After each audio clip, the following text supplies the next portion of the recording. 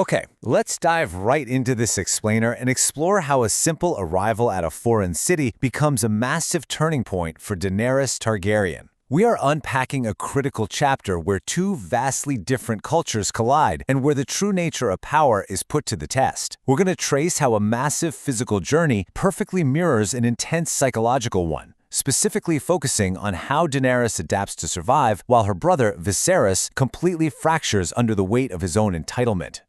But before we map out Daenerys' cultural awakening, we really have to ask the giant geopolitical question that looms over this entire journey. As Daenerys and Viserys travel across the Dothraki Sea, their ultimate goal isn't just surviving the trip, it's the reclamation of Westeros. So, can this nomadic, horseback-riding culture truly stand against the established, heavily armored military might of the Seven Kingdoms? Keep this question in the back of your mind, because every single interaction we look at today feeds directly into this high-stakes strategic puzzle. Section 1. The Horse Gate. Picture this. The Khalasar finally arrives at the Horse Gate. We're talking about two gigantic bronze stallions rearing up, their hooves meeting literally 100 feet above the roadway to form a massive, pointed arch. It's beautiful, and it perfectly frames the distant Purple Mountain beyond. The bronze stallions throw these long, dramatic shadows across the waving grasses as Khal Drogo leads his blood riders through. But Dany notices a totally wild architectural paradox. They have this magnificent, colossal gate, but absolutely no walls, no defensive buildings whatsoever. Why? Because the Dothraki fear no attacks. Their city just sprawls languorously, baking in the sun. It's the ultimate flex of power, projecting that no one would ever dare strike them in their own sacred city. And this architectural arrogance perfectly mirrors Viserys' total disconnect from reality. Remember, after making him walk the day before, the Dothraki laughingly called him Khal Rai Mar, the Sorefoot King. So the next day, Drogo offers him a place in a cart. Viserys, in his stubborn ignorance, accepts it, genuinely thinking it's Drogo's way of apologizing. But in Dothraki culture, carts are strictly reserved for eunuchs, cripples, women giving birth, the very young, and the very old. So he wins yet another name, Khal Rhagat, the Cart King. He's utterly oblivious to the humiliating mockery. Dany understands the shame so deeply she begs Ser Jorah not to tell him, and it actually takes a bunch of pillow tricks she learned from Doria just to convince Drogo to let Viserys ride at the front again. The guy is dangerously blind. Section 2. Plunder of Dead Cities. Riding past the Horse Gate and down the God's Way, they enter a road completely lined with the plundered gods and stolen heroes of dead cities.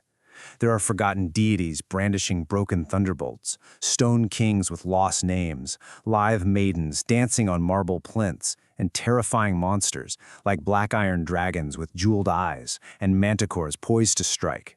Daenerys looks at these monuments, whispering in awe. So many, and from so many lands. She really gets it.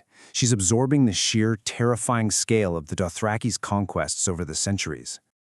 On the flip side, Viserys looks at the exact same magnificent statues and just sneers, completely dismissing them as the trash of dead cities. He complains out loud in the common tongue, arrogantly assuming the Dothraki lack the wit to understand the speech of civilized men.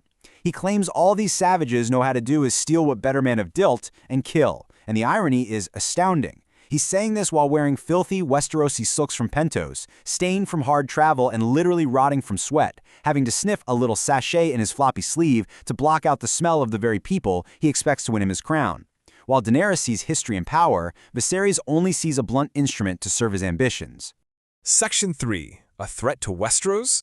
So, while Viserys is off inspecting some grotesque statue and complaining about how tired he is of waiting for his army, Daenerys asks Ser Jorah the ultimate what-if question. She realizes Viserys is completely incompetent. She even notes he couldn't sweep a stable with 10,000 brooms. But what if someone stronger than her brother led this terrifying force? Could they actually conquer Westeros? It's a moment of profound, objective, strategic thinking from her. To really grasp the stakes here, we have to look at the numbers. Khal Drogo alone commands 40,000 mounted, fearless warriors. 40,000! Jorah points out that when Rhaegar Targaryen fought at the Trident, he had a similar number of men, sure, but only a tenth of them were actual knights. The rest were basically a drafted rabble of foot soldiers who fled the second their leader fell. Drogo's force isn't a peasant army, it is a massive, unified horde of expert killers. And Jorah breaks down a terrifying tactical reality for us. Think about traditional Westerosi tactics. You've got foot archers hiding behind shield walls or sharpened stakes, wearing boiled leather. Now look at the Dothraki. They are expert riders who fire with deadly accuracy whether they're charging or retreating, and they use bows that completely outrange Westerosi weapons. Jorah frankly admits that out in an open field, arrows would fall like rain, and heavy Westerosi armor would offer almost no protection against that level of mobility and volume. But Westeros has one massive saving grace: siegecraft. The Dothraki completely lack the patience and skill for it. A smart Westerosi leader would just hide behind stone walls, knowing the Dothraki couldn't take even the weakest castle. However, Jorah brings up a chilling wild card: King Robert Baratheon. Robert is a brave, rash warrior who might just be fool enough to ride out and meet a Dothraki horde in the open field, where his army would be absolutely decimated. It's a fascinating layer of military analysis. Section 4. The cultural disconnect. Moving away from military hypotheticals, let's plunge into the sprawling expanse of Vaes Dothrak itself to look at a fatal clash of cultural norms. See, even among fiercely warring factions, this city enforces strict, sacred laws dictated by the crones of the Dashkaleen. No blades can be drawn, no free man's blood can be shed. Every Dothraki must act as one blood, one khalasar. This totally disproves Viserys' claim that they are just mindless savages. They are a highly complex society with deeply entrenched, inviolable rules that outsiders absolutely must respect. Which brings us to perhaps the most vital leadership lesson of the entire explainer. Sir Jorah explains that Viserys' fatal error is treating his situation like a transaction. He thinks, I sold you my sister, now give me my crown. But Drogo's culture operates strictly on the respectful exchange of gifts. Drogo received Daenerys as a gift, and he will give Viserys a gift in return, but in his own time. You simply do not demand a gift from a Khal. Viserys' inability to grasp this fundamental cultural concept is basically a ticking time bomb. Section 5. Waking the True Dragon. Okay, let's step into Daenerys' private tent, where her attempt to bridge this cultural gap triggers an explosive climax.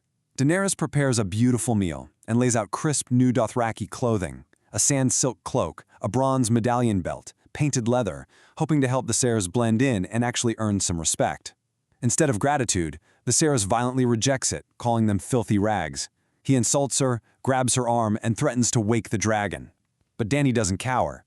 She grabs that heavy bronze medallion belt and swings it with all her strength, slicing his face open. Viserys is forced to retreat. The power dynamic has officially flipped. The contrast is undeniable now. Daenerys is surviving the crucible of Vaes Dothrak through adaptation. She's embracing the food, commanding her handmaids, and actively defending herself. Meanwhile, Viserys is suffocating in his own rigidity. He is literally trapped in his rotting Pentoshi silks, sniffing his little sachet to hide from the reality around him. He clings to empty titles and demands a crown from a people whose language he refuses to learn. Daenerys is adapting to survive and lead. Viserys' entitlement is actively destroying him. The explainer culminates in this quiet but incredibly powerful moment of self-realization. After Viserys flees, Daenerys sits alone. She asks for one of her dragon eggs, the deep green one with bronze flecks. Cradling it against a pregnant belly, she feels her child move, blood to blood. She whispers to her unborn child and to herself, "You are the dragon, the true dragon, I know it." She's drawing physical and emotional strength from the stone dragons, recognizing her own burgeoning power and realizing once and for all that Viserys is not the dragon he claims to be. She is. I'll leave you with this final thought to ponder. We've seen a massive architectural marvel with no walls, a terrifying military breakdown, and a deeply intimate clash of siblings. It all points to the nature of true leadership and the lethal necessity of cultural adaptation. Viserys demands the world bend to him, and he is becoming a joke. Daenerys bends to understand the world she is in, and she is becoming a queen. Thanks for joining me on this explainer, and keep exploring the deeper layers of the text.